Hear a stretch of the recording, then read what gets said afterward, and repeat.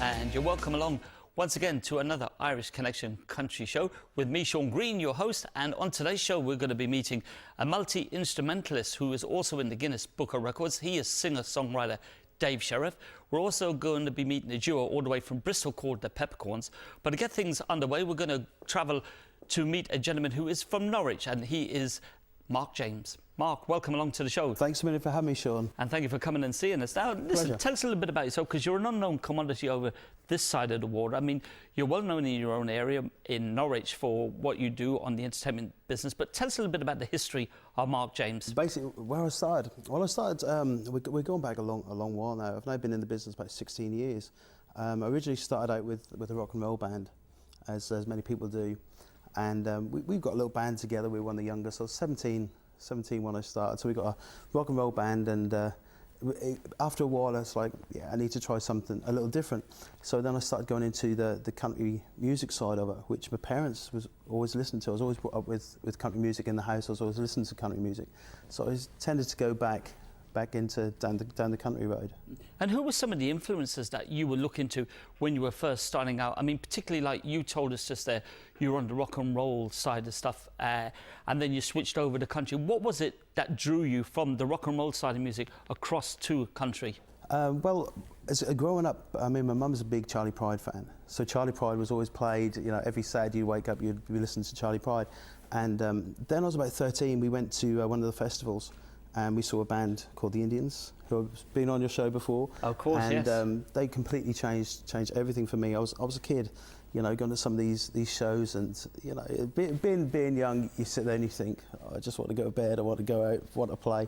And this band came on, full colour, lights flashing, and I was hooked. And from then on, it was the showmanship of, because that was back with the Noel Brady days, and it was the showmanship, and I absolutely fell in love with it. So it was from then on that I wanted to, you know, follow the singing path, but I never thought I'd be doing it. It's quite. And what did you do? Well, you saw them, as you said, and you decided you wanted to, you know, go along the same lines. I mean, what did you do as a singer to get yourself onto that particular rail? To the path. Well, it's a friend of mine played guitar. He played guitar for years, and it'd been one of these secret things as a singer that I wanted to do.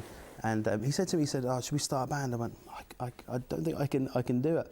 And I'll always remember going home to my mum and dad and saying, I'm starting a band. And it was like, another 5-minute one, Lee, you're not going to do this. And here I am 16 years down the line and still doing it. And I mean, and you're enjoying it as well. I love it, absolutely love it.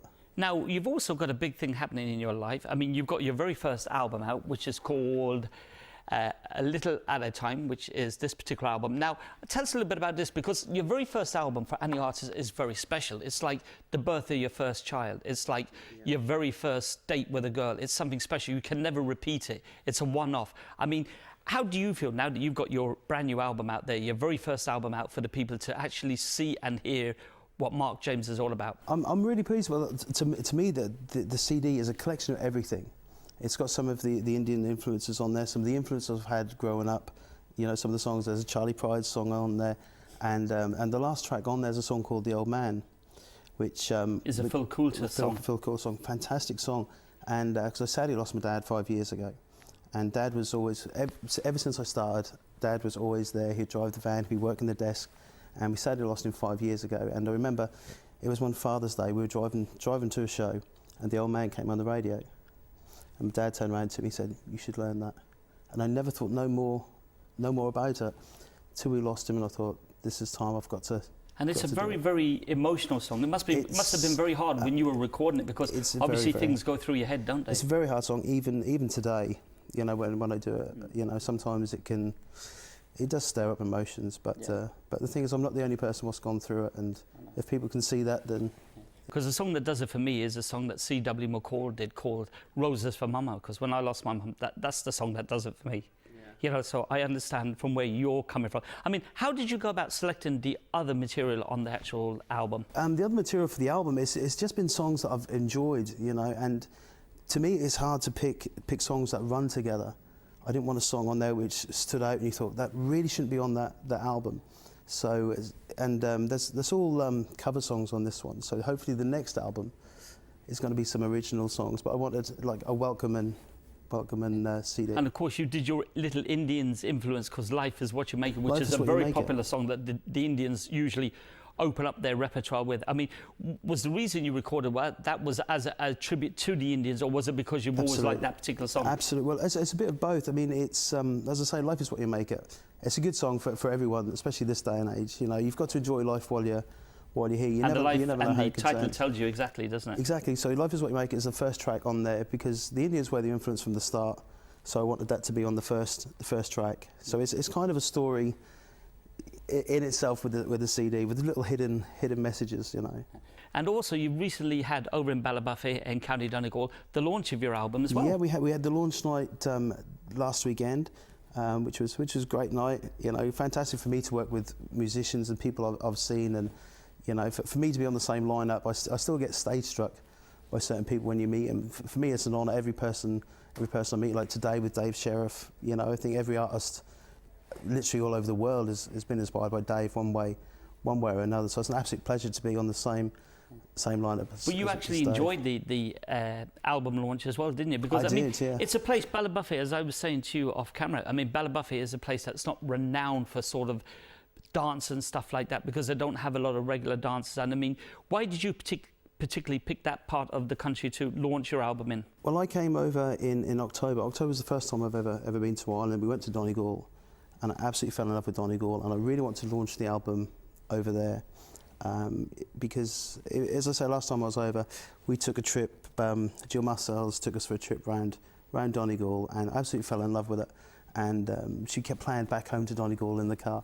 So that's another reason why Back Home to Donegal is on the album. Yes, I because noticed that. A nice little Irish touch to it. Yeah, so that was the reason for that, because it's another song which is very special for me. I mean, are you going to do now, I mean, obviously you're going to be travelling back home. I mean, are you going to do a launch in Norwich for your album, or are you just going to let it go?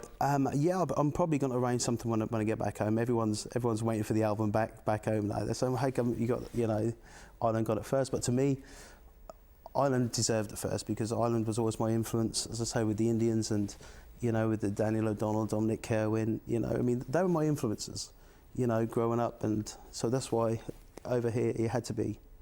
And you've also added another string to your bow, because you've been out since you've done your album launch as well. You've been doing a DVD as well. Yeah, at the moment I'm working on a DVD. There's a song from the album which we're now in the process of doing a video for.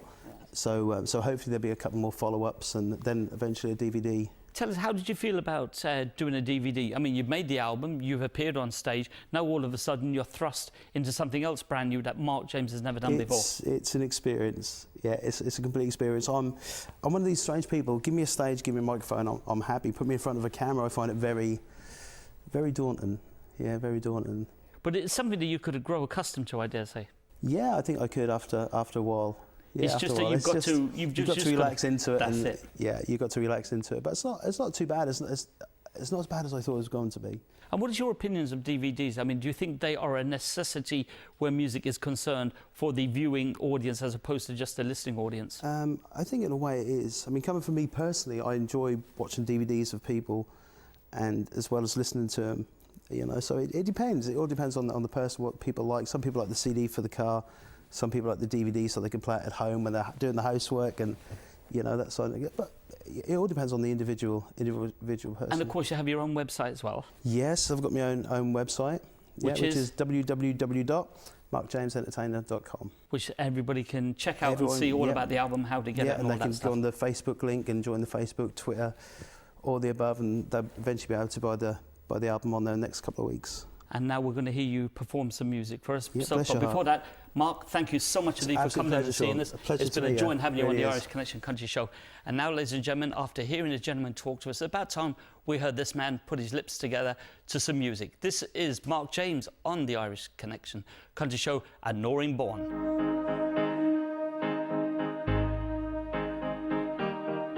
There's a spot in old Chicano. There's a wee house in the glen where dwelt an Irish colleen who charmed the hearts of men. She was risen, fair and hearty, happy, graceful like the fawn. Neighbors loved that widow's daughter, happy, laughing, Norwich born.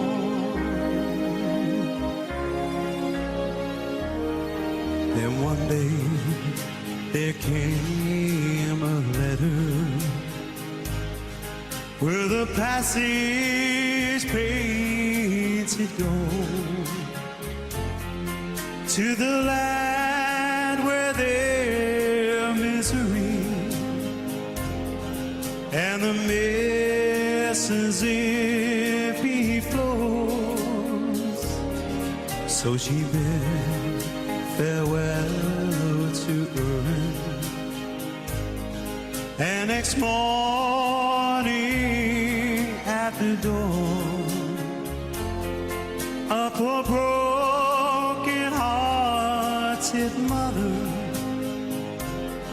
bid farewell to Norwich born.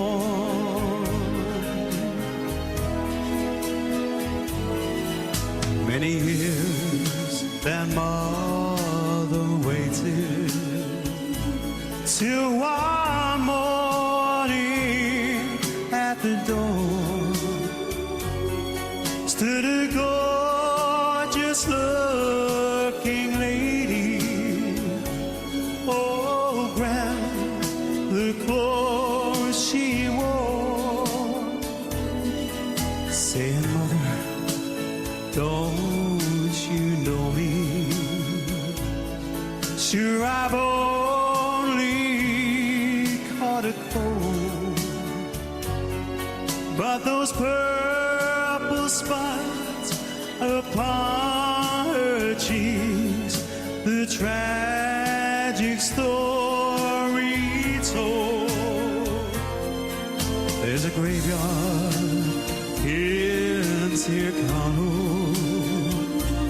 where the blossoms sadly wave. There's a broken-hearted mother stealing on her lonely grave, saying, my Nori, you are calling. It's long years since you have gone. Was it curse?